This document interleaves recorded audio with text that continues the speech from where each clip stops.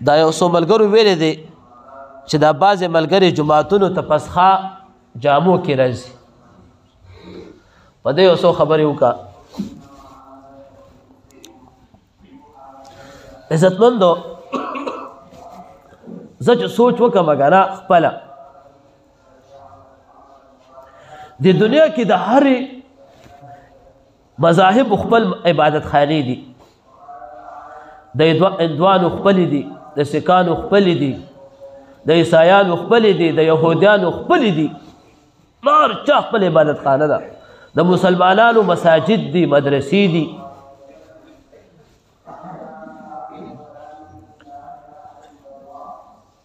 هندوان چې خپل عبادت خانه ته تا نه باسي نو لاول به دې پاک لامبئ او مخې ته پکې خاص اوبه یې خوستې وي دا سپلی مپلی د دلته ووینځه خپې بالته یې بیا به دننه ځې بوتانو سره چې کله مخامخ کوي غیر الله دی خو دومره عظیم الشان عزت او احترام د خپل عبادت خانې که چې زه تاسو ته ویلی شم نه په دې زبان دغه شان دی چې څومره مذاهب دي غیر واحد یو زموږ ورور مسلمان چې پاک او ناپاک یې نه ګوري خو جماعت ته راځي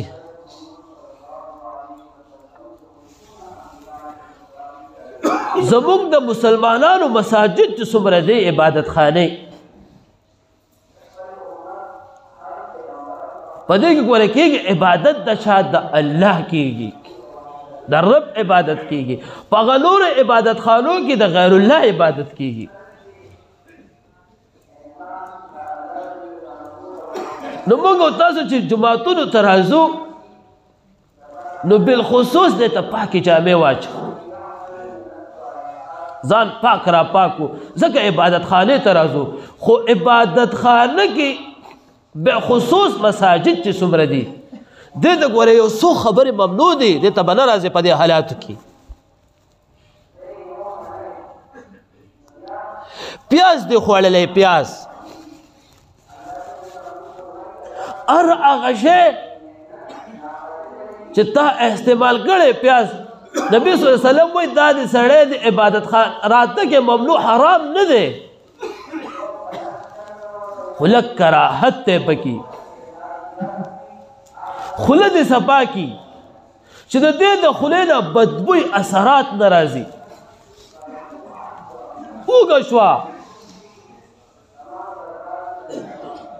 حالت غسل کی خو مکمل ممنوع دی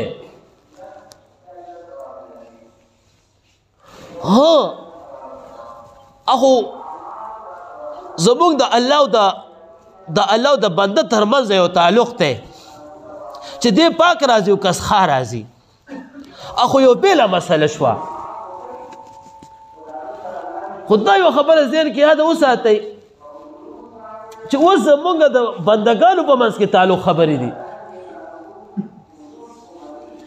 چې یو انسان جومات ته څخه راشي دی د یو مسلمان بنده سره ولاړ په پاکو جامو کې نو کم از کم دی په جمع کې پارسه کې د هغه سره وصل ولاړي نو چې وصل ولاړي نو د هغه توجه د مونځ د عباداتو نه خرابوي د هغه پاک انسان ځکه چې هغه دا سوچ کوي چې زه ځان د ده نه بچ کم د دې څښاک کپلو نه ځان بچ کم نو هغه توجه ټول د بل بنده طرف دی نو یو خو هغه چې کوم الهي توجه د رب سره چې کوم تعلق دی هغه ختموي دا موته چې د عبادت کوو نو په د عبادت کې چې ودرېږو نو د رب سره یو تعلق جوړ کړو نو هغه تعلق زما او ستا ختم شي زه چې اکثر تاسو ته وایم خپل موبایل بند کړه چې چا توجه خرابه نه شي دغه د خپل یو مقصد دی کم انسان د چې دا رنګ راشي نو الله د هغه توجه کې خراب کړه هغه ذهن کې دا رالل چې دا به څوک دا رنګ به د چای نو توجه خو لاړه خو خوا کې وسره چې کم مسلمان مؤمن بنده ولاړلې دا هغه توجه هم لاړه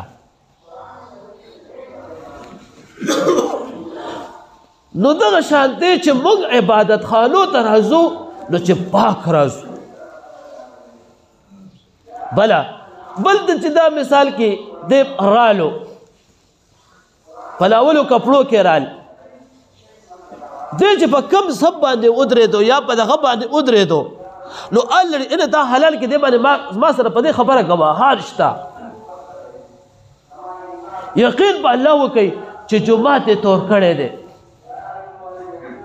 زبې کپړه لمده کوم واځه صفا کوم دغه سپونه راته تور کړي دي خپل باندې زما کپړه سو پیره توري شوی دي نو موږ په بل خصوص د مسلمان د ورور د کپړو د خیال وساتو دا د بنده د